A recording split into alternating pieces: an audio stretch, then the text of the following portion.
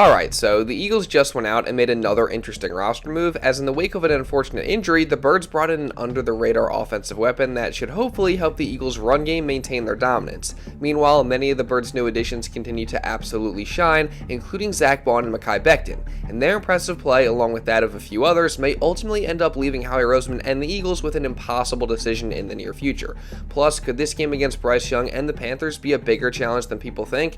We're going to talk about that and all the other latest Eagles news starting right now. Hey guys, welcome to the Philly Fan 21 channel. If you're new, I'm Evan and I cover all things Philadelphia Eagles. And just after the Birds' impressive road win over the Ravens last week, they now will return home this week for what looks like a bit more of a favorable matchup with the 3-8 Carolina Panthers. However, just because things look good on paper doesn't necessarily mean that this is going to be an easy win for Philly, especially when you consider that since Bryce Young has been the starter again, Carolina is 2-2, and the two games they lost were against good teams in the Chiefs and the Bucks, and each of those losses was by just 3 points each. So the Panthers have clearly been trending up despite their terrible record, and this could potentially be one of those classic trap games that everyone likes to talk about. And again, one of the reasons that this could be a sneaky tough matchup is because of the Panthers' second-year quarterback Bryce Young and how he's been playing since he's been the starter again, as he's bounced back quite nicely from being benched earlier in the season, as in the 4 games that he started since he got the job back, he has 858 passing yards, 5 touchdowns, and just 1 interception. And he also has the most big-time throws in the league in that span with 9, so it's great to see him balling after an extremely rough start to his career. And on Tuesday, defensive coordinator Vic Fangio talked about Young's improvement, as well as the challenges with facing him. Where has Bryce Young improved? Just in the full operation of their offense. I think they've done a good job of coaching him. They have a really good running back in Hubbard. They feature him. They're running play action and boots off of that run game. So I think they've done a good job in their entire offense of finding out who they are within his quarterback abilities. While Fangio and the Eagles do have the best defense in football, there's no denying that what Bryce Young has been doing is pretty impressive, so they're going to have to be ready for the challenges he presents, as well as the Panthers' running game with Chuba Hubbard, like Fangio briefly mentioned there, and really just all the challenges that the Panthers present as a whole. And the good thing is, judging by some comments from Nick Sirianni, it doesn't sound like the Eagles are going to be taking this matchup lightly. I think somebody asked me last week, I don't remember who it was, but is there a little bit more, that we're playing the Ravens? Like, I think that would be malpractice by us as coaches and as players if we were up for some games and not up for some games. Or like we know that this is a talented team that is continuing to play good football. You can just look at their last 4 games; they've played really good football. If you take anybody lightly in this league, it will humble you fast. And so. This is a good team that has our attention, and our job each and every week is to be focused on the job at hand and lock in every single week. Definitely glad to hear the Birds are still locked in ahead of this matchup, but while the Eagles are obviously going to be focused on stopping the Panthers' offense and also exposing their defense this week, something that is pretty cool about this game is that it marks the return of Miles Sanders, as the former Eagles fan favorite running back will be back in the link for the first time since winning the NFC Championship there in 2022, I guess 2023 January.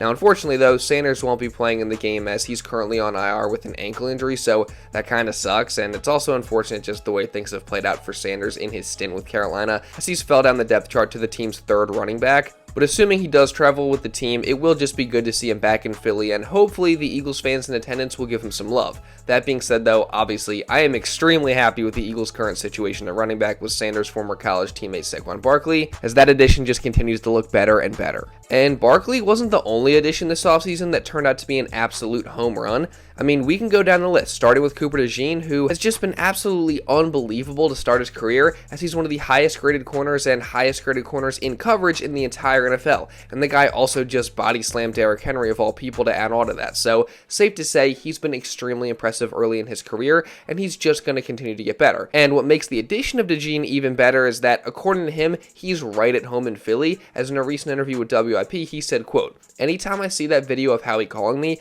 I get chills every time. This is where I wanted to be, so you definitely love to hear that from the star rookie, and again, he has just been such a great draft day addition. And the same obviously goes for his fellow rookie corner Quinyon Mitchell, who also has been unbelievably impressive to start his career, to say the least.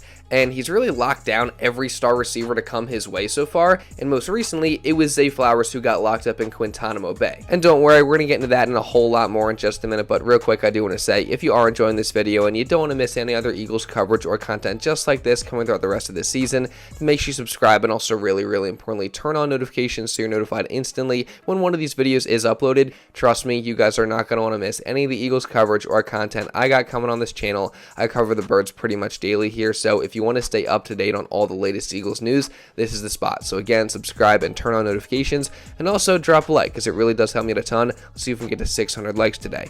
And now, with all that being said, let's get back into the video. So as I was saying, on Sunday, Quinyon Mitchell held Zay Flowers to just 2 catches for 5 yards, and the Birds went over the Ravens in what was just another great performance for the Rook. But what's even more impressive is that in addition to being locked down in coverage, Q just plays with some solid physicality for a corner, and he also plays the game very smart, which are 2 things that NFL analyst Brian Baldinger broke down on film from the Ravens game. I think there's one play by Quinyon Mitchell defines everything you need to know about him. How he plays with such awareness. Like he's looking in here at the I formation. He's got the receiver on top of him right here, but he's looking in. So he's going to see the action, whether it's run action, play action. He sees the whole thing. Now he's got to carry this receiver, but his eyes are up on the play and he sees Andrews on the crosser. So now he passes the receiver off to the safety, and now he comes up and he makes his tackle. Like, you just take Mark Andrews right off his feet. Now watch the reaction right here. Like that right there, man. Quinyon just plays the game like he's been out there for years. An elite player. Safe to say, the sky's the limit for Q. Like, the guy is second among all corners in forced incompletions with 13, and he also is the only corner in the NFL to not allow a touchdown in 450-plus coverage snaps, and he's doing this as a rookie, so just imagine how much better he can get over the next few years. But now, one guy who we probably couldn't have imagined doing what he's doing right now is another one of the offseason acquisitions in linebacker Zack Baun, as the 28-year-old is having a true breakout year in his first year in Philly, and 13 weeks through the season, Baun currently is the highest graded linebacker in the entire NFL, as he just surpassed the 49ers' Fred Warner. So that's just insane, and overall, I mean, what a story Baun is this year, just coming to the Eagles after being only a rotational edge rusher for years in New Orleans and switching positions to get to inside linebacker and becoming one of the very best in the game.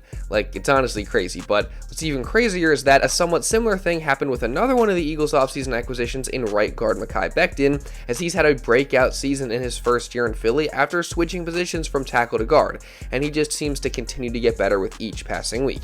And that includes this last game against the Ravens, which Brian Baldinger broke down. 8 months ago, Mekhi Becton had never taken a snap of offensive guard in his life. Now he's lined up against the Pro Bowl defensive tackle, and he stabs him, and his feet move, and he locks him out. And Jalen right here has got a nice, clean, flat pocket to deliver the ball to AJ. He's got Washington on him, one technique. Protect the inside first. Don't let him go inside. Jalen with a nice, flat pocket, ball out. Against Matabike again, one-on-one, the tough block. You got Jurgens sliding away to Dickerson. He's got a 2-way go here on Matabike. Watch him use his hands and his feet. The set, the stab. Watch him reset his hands. Bam! Right back on the breastplate. You can't get any better than that. And then the lockout. Like, that's just unbelievable guard play. That's as good as it gets in his business. Then you watch him in the run game. You just watch him torque guys. Like, literally torque them. You know, like you take Washington and just turn them. And here comes Dickerson, a Malata, and there goes Jalen. Mekhi Becton certainly has a lot to do with why the Eagles' offensive line has been so good this year. And again, overall, when you look at all these additions, it's just unreal what the Eagles were able to do this past offseason. And Baun and Becton specifically are just 2 true diamonds in the rough found by Howie Roseman. But now, the challenge for Howie and the Eagles front office is just going to be keeping all these guys together this offseason. And obviously, yes, this is way in the future after the season is over, so I don't want to spend too much time on it, but hang with me here for a second. So, 4 of the Birds' most key players from this season are set to become free agents in in March of 2025, and those guys are Baun and Becton, along with defensive tackle Milton Williams, who is having a career year, as he currently has a career best 5.5 sacks, and he leads all defensive tackles in the NFL with a 14.8% pressure rate. And also, Josh Sweat, who was leading the Eagles in sacks, was 7. So it would certainly suck to lose any of these guys this offseason, as they've all just been so good. Now, fortunately, the Birds will be working with $35 million in cap space in the 2025 offseason, which isn't too bad, and it's definitely enough to bring multiple of these guys back. But the question is, would it be enough to bring all of them back? And my answer to that would be, I'm not quite sure, but I definitely do think it would be tough in all honesty. That being said though, we know Howie is a cap wizard and always finds ways to clear cap space, so I'm certainly not going to rule out the Eagles acquiring more cap space and then easily re-signing all these guys, but honestly, with where they sit now and how all these guys are playing, I just feel like it's going to be really tough to bring back all 4 of them. And that will leave the Eagles with a really tough decision, because it'd be hard to see any of these guys go. Now that said though, if it came down to it and the Eagles had to pick 2 or 3 of these 4 guys, then I know who I'd bring back. For me personally, I would start with Zack Baun, just because of how unreal he's been at a position that the Eagles are usually weak at, then Milton Williams because he is young and developing into a star defensive tackle quickly, then Josh Sweat because he's a very talented player and a consistent contributor year in and year out at edge rusher, which is now a position that the Eagles may be thinner at, and then last is Mekhi Becton, who again, I love and I really do not want to see go, but Jeff Stoughton just always finds a way to get high level production out of all his guys, and the Birds still do have Tyler Steen behind Becton, who hasn't gotten his opportunity to be a starter just yet. So that would be my order, but that being said, I'm just hoping that they can find a way to bring back all these guys and a decision doesn't have to be made. But what do you guys think? If you had to choose to keep 2 or 3 of these guys, who are you going with and why? Let me know your thoughts down in the comments. Moving on from that though, let's get back to the present, where the Eagles just went out and made a really interesting roster move to bring in what is best case scenario, a new offensive weapon for them. Now that being said, it's not a flashy move by any means, as they signed fullback Khari Blasingame to the practice squad while releasing wide receiver John Ross. And this move comes as a result of a few different things, one being the knee injury that linebacker turned fullback BenVanSumeren suffered during Friday's practice that landed him on IR, and also now with Dallas Goedert's injury likely having him out a few weeks and Grant Calcaterra now having to step up as the tight end number 1, Calcaterra can't really play the role of the fullback anymore in those packages like we saw against the Ravens, so this move to bring in a fullback makes sense, and I would expect him to probably get called up and fill that BenVanSumeren role of lead blocking for Saquon occasionally in his absence. And the good news is that Blasingame has a lot of NFL experience, as he's appeared in 66 games in his career with the Titans and Bears, and he's had a few opportunities to touch the ball both in the run and passing game. And of course, he's also had plenty of experience lead blocking too, so overall, I think this is definitely a good signing by the Eagles and one that should help maintain the dominance of the run game and allow them to keep some of that variety that they have with these packages where a fullback is on the field. And it obviously just makes things harder for opposing defenses, as that's one more thing that they have to prepare for. I think what it's done is just give another layer for the defensive to have to pay attention to, and not to get into too much of this. I'm not going to get into the scheme of it, of why it's been helpful for us, but it does. The one thing that one of the benefits is the layer that it gives the defense to have to defend and have to spend time on and have to study, and it's been pretty productive for us this year, and I think that.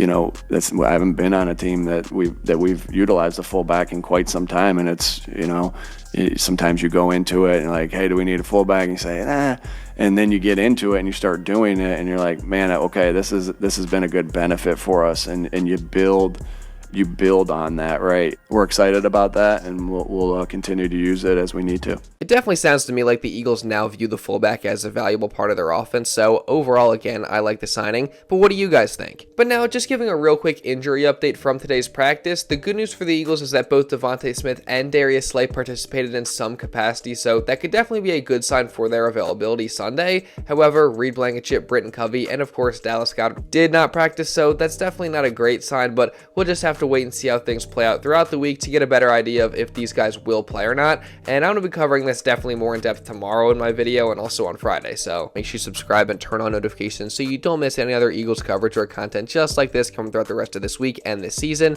And also, again, while you're at it, make sure you drop a like to show some support, because it really does help me a ton. Again, let's see if we can get to 600 likes today. And if you want to watch another Eagles video going over some news from earlier in the week, you can check this out right here.